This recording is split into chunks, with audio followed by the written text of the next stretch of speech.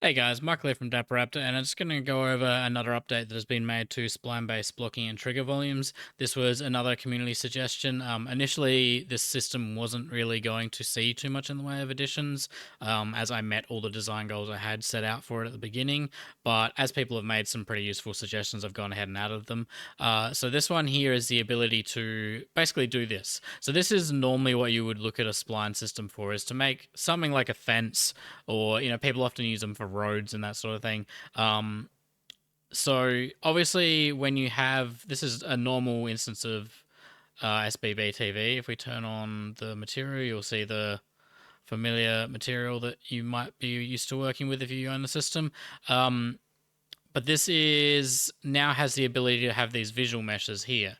So if we look down here, we've got a section under the appearance settings for visual meshes, and we can turn it off and it goes back to what you're used to.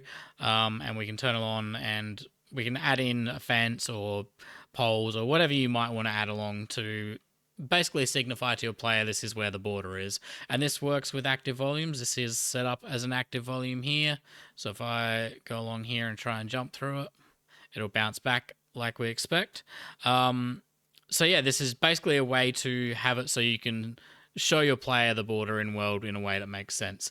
Now this is set up to use the deformable spline meshes. So if we look at the mesh we're using here, and we just show the collision, you can see this is a very simple mesh, but it's just been subdivided along here to give us some ability to bend the mesh. There is a more simple version of this as well, which does not include that, and that is intended to demonstrate the non-deformable. So if we go down here and go turn off deformable visual mesh, we're going to get the same result here by switching to this simple one. But in this case, we're not using the extra resources that go along with the poly count. Now, obviously, it can only do its best job to fiddle along the spline. So if you have a really bendy spline, you're going to get some overlap. You can work around a little bit with this visual mesh spacing, but it is going to try and approximate the line using those meshes. So that's why the option to use a deformable mesh is there, like this.